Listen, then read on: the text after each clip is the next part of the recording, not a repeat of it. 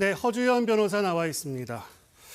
밤 9시쯤 영장심사가 끝났다고 하니까 구속 여부는 내일 새벽쯤은 돼야 나오지 않을까요? 맞습니다. 지금 예상하기로는 물론 달라질 수도 있겠지만 새벽 3시가 넘어서야 나오지 않을까라고 개인적으로 조심스럽게 추측을 해봅니다. 네. 왜냐하면 오늘 영장실질심사가 생각보다 예상했던 것보다 훨씬 더 첨예하게 대립했다라고 볼 수 있는 것이 네. 검찰 측에서 준비한 PPT가 무려 180여 쪽에 달하는 정도였고 보통 검사 한 명이 들어가거나 아주 예외적인 경우에 2명이 들어가서 영장실질심사를 수행을 하게 되는데 검사 10명이 입회를 해서 파트를 나누어서 설명을 하고 구속 필요성을 주장했다라고 하고 있거든요. 네. 그만큼 대립하는 쟁점들이 많았다라는 것은 영장 전담 판사의 숙고를 조금 더 깊어지게 하는 부분이 될 수 있는 데다가 기존 윤석열 전 대통령의 1차 구속영장 청구 당시와 박근혜 전 대통령의 구속영장 청구 당시에 그 영장실질심사도 심사 종료 후에 7시간 내지는 8시간이 지난 뒤에 결과가 나왔거든요. 그렇다고 하면은 새벽 3시는 넘어야 하지 않을까라는 생각도 듭니다. 그렇군요. 윤 전 대통령의 혐의를 좀 다시 한번 정리해 볼까요? 지금 최대 5가지 혐의 정도로 나누어 볼 수 있을 것 같은데요. 그러니까 지난 체포영장 집행 저지 시도와 관련해서 특수공무집행 방해, 직권남용죄, 범인도피 교사죄 등이 적용이 됐고요. 그리고 국무회의와 관련한 쟁점도 있는데 이 국무회의 당시에 일부 기상계엄에 반대할 것 같은 국무위원들에게 의도적으로 소집 통지를 누락했다는 등의 혐의로 그리고 국무회의가 사실상 2분 정도밖에 진행이 되지 않았다. 이런 근거를 들어서 위원들의 심의 표결권을 사실상 침해했기 때문에 이것 역시 직권남용에 해당한다라는 혐의가 적용이 됐고요. 그리고 이 대통령의 모든 행위는 문서로 이루어져야 되고 여기에는 대통령, 국무총리 그리고 관계 국무위원이 부서를 해야 되는데 비상계엄 당시에 국회에 통과하는 것도 그리고 선포도 문서로 이루어지지 않아서 사후에 이 선포문을 작성했다는 의혹이 있습니다. 그랬다가 이게 문제가 될 것 같으니까 폐기를 했다. 이 행위가 허위 공문서 작성 및 대통령 기록물법 위반, 공용물 손상죄에 해당된다 이렇게 봤고요. 그리고 비화폰 삭제 지시를 한 부분도 이 혐의가 적용이 됐는데 삭제를 김성훈 차장을 통해서 실무진에게 삭제 지시를 하라고 교사를 했습니다. 그래서 직권남용 교사 혐의가 적용이 됐고요. 그리고 마지막으로 하태원 외신 대변인에게 비상계엄의 정당성에 대해서 허위로 외신들에게 공보하고 보도자료를 배포하라 이런 지시를 했다는 혐의로 마찬가지로 의무 없는 일을 하게 했다는 이유로 직권남용죄가 적용이 돼서 이 5가지 혐의에 대해서 심사가 진행 중인 상황입니다. 네. 앞서 보도를 보니까 윤 전 대통령이 마지막에 20분간 직접 최후 진술을 했다고 그러는데 지금 특검이 지시하고 있는 이런 혐의에 대해서 윤 전 대통령 측은 어떤 반론을 내세우고 있는 부분이 있습니까? 일단 모든 혐의를 사실상 다 부인을 하고 있는 상황입니다. 각각의 혐의에 따라서 반론 내용은 조금씩 달라질 수 있습니다만 전체적으로 보면은 일단 지시가 없었다. 그러니까 비화폰 삭제 지시는 지시가 아니라 법에 따라서 하라고 한 것일 뿐이지 증거 인멸을 하기 위한 지시가 아니었다라고 부인하고 있고 특수공무집행 방해 여부에 대해서도 지시를 하지 않았다. 설령 지시가 있었다고 하더라도 위법하게 공수처에서 발부한 영장 집행이기 때문에 위법한 공무집행 시도에 대해서 저항하는 것이었다. 때문에 이게 특수공무집행 방해죄로 의율할 수가 없는 사안이다 이렇게 주장을 하고 있습니다. 그리고 외신 대변인에게 한 것도 단순한 전달이지 지시가 아니었다라고 얘기를 하고 있고요.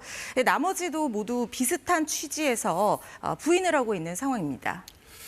그렇군요. 이제 관심은 구속이냐 아니냐 이 부분인데 보통 이제 영장 전담 판사가 구속 여부를 결정하는 기준이 있지 않습니까? 이런 기준들 가운데 특검이 오늘 영장 심사에서 가장 강조한 부분은 어떤 부분입니까?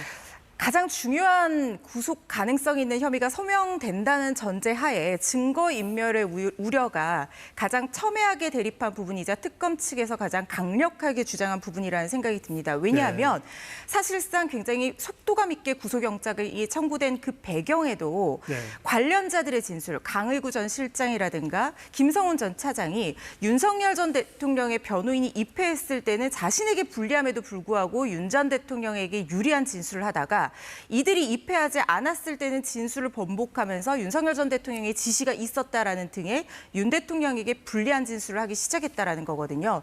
특검 측에서는 이거를 윤석열 전 대통령이 변호인을 통해서 여전히 관련자들에게 압박 또는 회유의 가능성이 있다. 그래서 증거인멸 시도를 하고 있는 것이다라고 봤습니다. 그래서 영장이 청구된 것이고 바로 이 부분이 증거인멸의 우려로 굉장히 강하게 주장됐을 거라는 생각이 듭니다.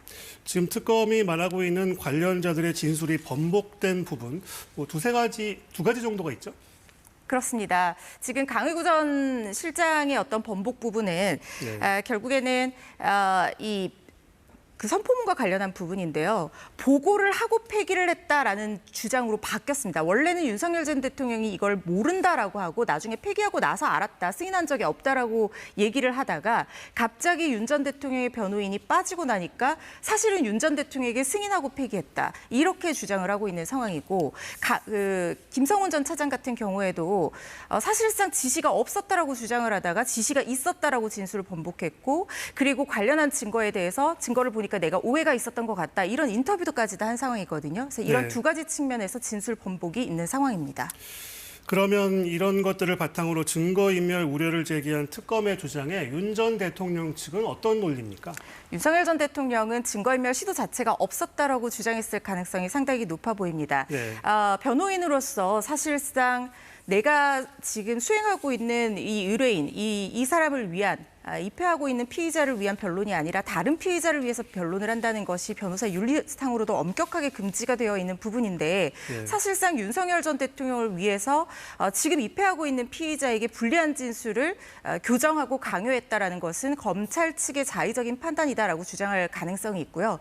그리고 실질적으로 만약에 이게 구속 사유가 되어야 한다면 구속된 이후에는 변호인을 통해서 영향력을 행사할 수 없어야 하는 것인데 구속된 피의자라고 하더라도 변호인 접견은 제한 없이 가능한 부분이거든요. 그러니까 반드시 구속이 이 상황을 해결할 수 있는 그런 방법은 아니다라고 주장했을 가능성이 있고 그리고 무엇보다도 이 혐의 소명 자체부터 되지 않는다 이렇게 부인을 하고 있을 거라는 생각이 듭니다. 만약에 소명이 된다라고 하면 그만큼 검찰 측에서 이미 보유하고 있는 증거가 충분하기 때문에 소명이 되는 것이니 증거인멸의 추가적인 우려가 당연히 없는 것 아니냐 이렇게 빠져나가려는 논리를 구사하고 있을 가능성이 높다는 생각이 듭니다. 그렇군요. 그럼 이제 관심은 영장이 발부되느냐 아니냐인데 만약 영장이 발부되면 그 윤 전 대통령은 지금 대기 중인 서울구치소에 곧바로 그냥 수감이 되는 거죠? 그렇습니다. 서울구치소에서 지금 영장 발부까지 불면의 밤을 보낼 것이다 이런 생각이 드는데요. 만약에 영장이 발부된다라고 하면 바로 수용자 신분, 미결 수용자 신분으로 되어서 입소 절차를 밟게 됩니다. 그때 입소 절차를 밟는 것은 지금 화면에서 보시는 것처럼 정밀하게 신체 검사를 합니다. 뭐 혈압을 잰다라든가 지병이 있는지 이런 것도 확인을 하게 되는 거고 수감 생활을 견딜 수 있을 만한 신체 상태인지도 확인을 하고 뭐 윤석열 전 대통령 뿐만 아니라 일반적인 피의자의 경우에도 혹시나 숨기고 있는 위험 물품이 있는 것은 아닌지도 확인을 하게 됩니다. 그리고 시계, 뭐 휴대전화, 뭐 문서 이런 개인 비품들 이런 것들은 모두 다 제출을 하게 됩니다. 그리고 수용자복을 지급받고 갈아입게 되는 것이고요. 머그샷이라고 하죠. 이 사진도 같이 찍게 되고 그 이후에는 모포 등을 지급받고 간단한 안내 절차를 거친 뒤에 독거실로 수용될 가능성이 높습니다. 그렇군요. 만약에 영장이 발부되면 그 특검 입장에서는 윤 전 대통령의 신병을 한동안 확보할 수 있게 되는 건데요. 그 특검 입장에서는 효율적인 수사가 가능하다고 볼 수 있겠죠? 당연히 그럴 거라는 생각이 듭니다. 만약에 기각이 된다라고 하면 계속해서 소환 그리고 일정 줄 이런 절차를 거쳐야 되는데 특검 입장에서는 시간적인 제한이 있기 때문에 이 부분은 상당히 수사에 차질을 빚게 될 가능성이 있습니다.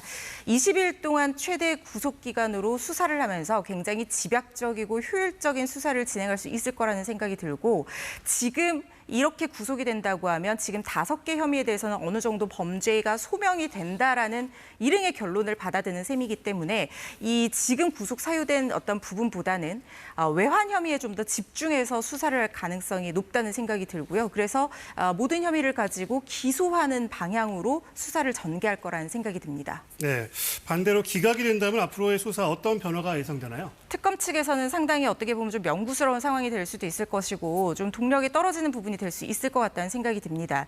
체포영장도 발부받지 못했고 구속영장까지도 기각이 된다라고 하면 범죄 소명이라든가 증거인멸의 우려조차 입증하지 못하면서 무리하게 수사를 진행했다는 비판에 직면하게 될 것이고 말씀드린 것처럼 수사 시간에 제한이 있는 특검으로서는 계속해서 지속적으로 소환 일정을 조율하면서 수사해야 된다는 부담을 안게 될 것입니다. 다만 만약에 기각이 됐을 때 그 기각 사유가 소명이 부족하다라든가 증거인멸의 우려가 부족하다라고 하면 판단을 일단 해보고 이 부분에 있어서 좀 더 보강할 수 있는 부분이 있다면 보강해서 구속영장을 재청구하는 식으로 신병 확보에 나설 가능성도 있어 보입니다. 네, 허주연 변호사였습니다. 말씀 잘 들었습니다.